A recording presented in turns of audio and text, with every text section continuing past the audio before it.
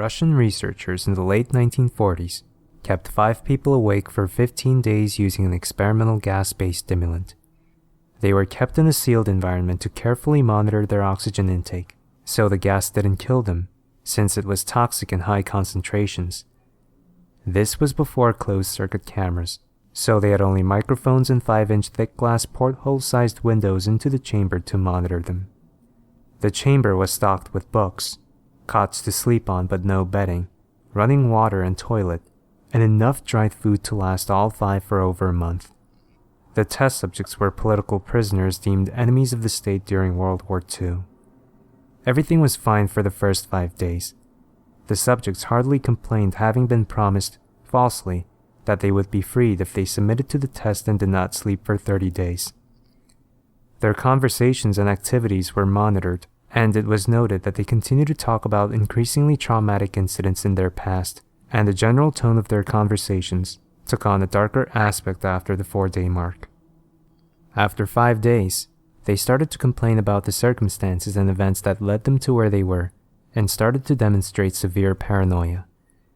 They stopped talking to each other and began alternately whispering to the microphones and one-way mirrored portholes. Oddly, they all seemed to think they could win the trust of the experimenters by turning over their comrades, the other subjects in captivity with them. At first, the researchers suspected this was an effect of the gas itself. After 9 days, the first of them started screaming. He ran the length of the chamber repeatedly yelling at the top of his lungs for 3 hours straight.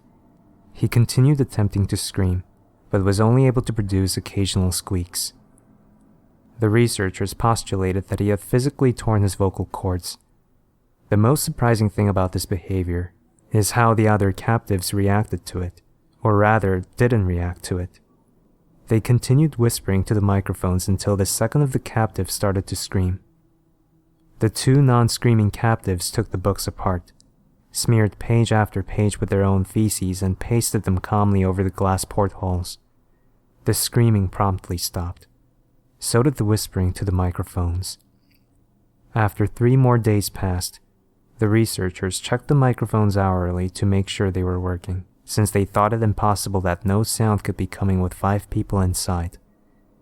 The oxygen consumption in the chamber indicated that all 5 must still be alive. In fact, it was the amount of oxygen 5 people would consume at a very heavy level of strenuous exercise.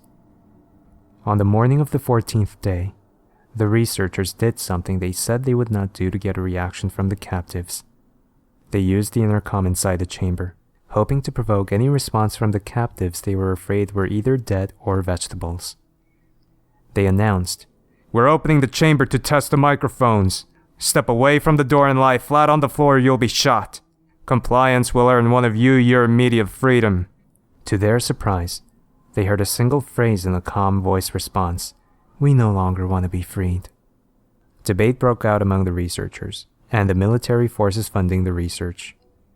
Unable to provoke any more response using the intercom, it was finally decided to open the chamber at midnight on the 15th day. The chamber was flushed of the stimulant gas and filled with fresh air, and immediately voices from the microphones began to object. 3 different voices began begging, as if pleading for the life of loved ones to turn the gas back on. The chamber was opened, and soldiers sent in to retrieve the test subjects. They began to scream louder than ever, and so did the soldiers when they saw what was inside. 4 of the 5 subjects were still alive, although no one could rightly call the state that any of them in life. The food rations past day 5 had not been so much as touched. There were chunks of meat from the dead test subjects' thighs, and chests stuffed into the drain in the center of the chamber, blocking the drain and allowing 4 inches of water to accumulate on the floor. Precisely how much of the water on the floor was actually blood was never determined. All 4 surviving test subjects also had large portions of muscle and skin torn away from their bodies. The destruction of flesh and exposed bone on their fingertips indicated that the wounds were inflicted by hand, not with teeth as the researchers initially thought. Closer examination of the position and angles of the wounds indicated that most, if not all of them, were self-inflicted. The abdominal organs below the ribcage of all 4 test subjects had been removed. While the heart, lungs, and diaphragm remained in place, The skin and most of the muscles attached to the ribs had been ripped off, exposing the lungs through the ribcage. All the blood vessels and organs remained intact. They had just been taken out and laid on the floor, fanning out around the eviscerated but still living bodies of the subjects. The digestive tract of all four could be seen to be working, digesting food. It quickly became apparent that what they were digesting was their own flesh they had ripped off and eaten over the course of days. Most of the soldiers were Russian special operatives at the facility, but still many refused to return to the chamber to remove the test subjects. They continued to scream to be left in the chamber, and alternately begged and demanded that the gas be turned back on, lest they fall asleep. To everyone's surprise, the test subjects put up a fierce fight in the process of being removed from the chamber. One of the Russian soldiers died from having his throat ripped out. Another was gravely injured by having his testicles ripped off and an artery in his leg severed by one of the subject's teeth. Another 5 of the soldiers lost their lives if you count the ones that committed suicide in the weeks following the incident. In the struggle, one of the 4 living subjects had his spleen ruptured, and he bled out almost immediately. The medical researchers attempted to sedate him, but this proved impossible. He was injected with more than 10 times the human dose of a morphine derivative, and still fought like a cornered animal, breaking the ribs and arm of one doctor. When the heart was seen to beat for a full 2 minutes after he had bled out to the point there was more air in his vascular system than blood. Even after it stopped, he continued to scream and flail for another 3 minutes, struggling to attack anyone in reach and just repeating the word, "more," over and over, weaker and weaker, until he finally fell silent. The surviving 3 test subjects were heavily restrained and moved to a medical facility. The 2 with intact vocal cords continuously begging for the gas, demanding to be kept awake. The most injured of the 3 was taken to the only surgical operating room that the facility had. In the process of preparing the subject to have his organs placed back within his body, it was found that he was effectively immune to the sedative they had given him to prepare him for the surgery. He fought furiously against his restraints when the anesthetic gas was brought out to put him under. He managed to tear most of the way through a 4-inch wide leather strap on one wrist, even through the weight of a 200-pound soldier holding that wrist as well. It took only a little more anesthetic than normal to put him under, and the instant his eyelids fluttered and closed, his heart stopped. In the autopsy of the test subjects that died on the operating table, it was found that his blood had tripled the normal level of oxygen. His muscles that were still attached to his skeleton were badly torn, and he had broken 9 bones in his struggle to not be subdued. Most of them were from the force his own muscles had exerted on them. The second survivor had been the first of the group of 5 to start screaming. His vocal cords destroyed, he was unable to beg or object to surgery, and he only reacted by shaking his head violently in disapproval when the anesthetic gas was brought near him. He shook his head yes when someone suggested, reluctantly, they try the surgery without anesthetic, and did not react for the entire 6-hour procedure of replacing his abdominal organs and attempting to cover them with what remained of his skin. The surgeon presiding stated repeatedly that it should be medically possible for the patient to still be alive. One terrified nurse assisting the surgery stated that she had seen the patient's mouth curl into a smile several times whenever his eyes met hers. When the surgery ended, the subject looked at the surgeon and began to wheeze loudly, attempting to talk while struggling. Assuming this must be something of drastic importance, the surgeon had a pen and pad fetched, so the patient could write his message. It was simple: keep cutting. The other 2 subjects were given the same surgery, both without anesthetic as well, although they had to be injected with a paralytic for the duration of the operation.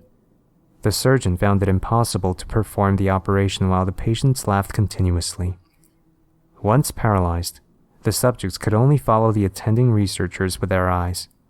The paralytic cleared their system in an abnormally short period of time, and they were soon trying to escape their bonds. The moment they could speak, they were again asking for the stimulant gas. The researchers tried asking why they had injured themselves, why they had ripped out their own guts, and why they wanted to be given the gas again. Only one response was given: "I must remain awake." All 3 subjects' restraints were reinforced, and they were placed back into the chamber awaiting determination as to what should be done with them. The researchers, facing the wrath of their military benefactors for having failed the stated goals of their project, considered euthanizing the surviving subjects. The commanding officer, an ex-KGB, instead saw potential and wanted to see what would happen if they were put back on the gas. The researchers strongly objected, but were overruled. In preparation for being sealed in the chamber again, the subjects were connected to an EEG monitor and had their restraints padded for a long-term confinement. To everyone's surprise, all three stopped struggling the moment it was let slip they were going back on the gas. It was obvious that at this point, all three were putting up a great struggle to stay awake. One of subjects that could speak was humming loudly and continuously. The mute subject was straining his legs against the leather bonds with all his might, first left, then right, then left again for something to focus on. The remaining subject was holding his head off his pillow and blinking rapidly. Having been the first to be wired for EEG, most of the researchers were monitoring his brainwaves in surprise. They were normal most of the time, but sometimes flatlined inexplicably. It looked as if he were repeatedly suffering brain death before returning to normal. As they focused on paper scrolling out of the brainwave monitor, only one nurse saw his eyes slip shut at the same moment his head hit the pillow. His brainwaves immediately changed to that of deep sleep, then flatlined for the last time as his heart simultaneously stopped. The only remaining subject that could speak started screaming to be sealed in now. His brainwaves show the same flat lines as one who had just died from falling asleep. The commander gave the order to seal the chamber with both subjects inside, as well as 3 researchers. One of the named 3 immediately drew his gun and shot the commander point blank between the eyes, then turned the gun on the mute subject and blew his brains out as well. He pointed his gun at the remaining subject, still restrained to a bed as the remaining members of the medical and research team fled the room. "I won't be locked in here with these things. Not with you," he screamed at the man strapped to the table. "What are you?" he demanded. "I must know." The subject smiled. "Have you forgotten so easily?" the subject asked. "We're you. We're the madness that lurks within you all, begging to be free at every moment in your deepest animal mind. We are what you hide from in your beds every night. We're what you sedate into silence and paralysis when you go to the nocturnal haven where we cannot tread." The researcher paused, then aimed at the subject's heart and fired. The EEG flatlined as the subject weakly choked out, "So nearly free."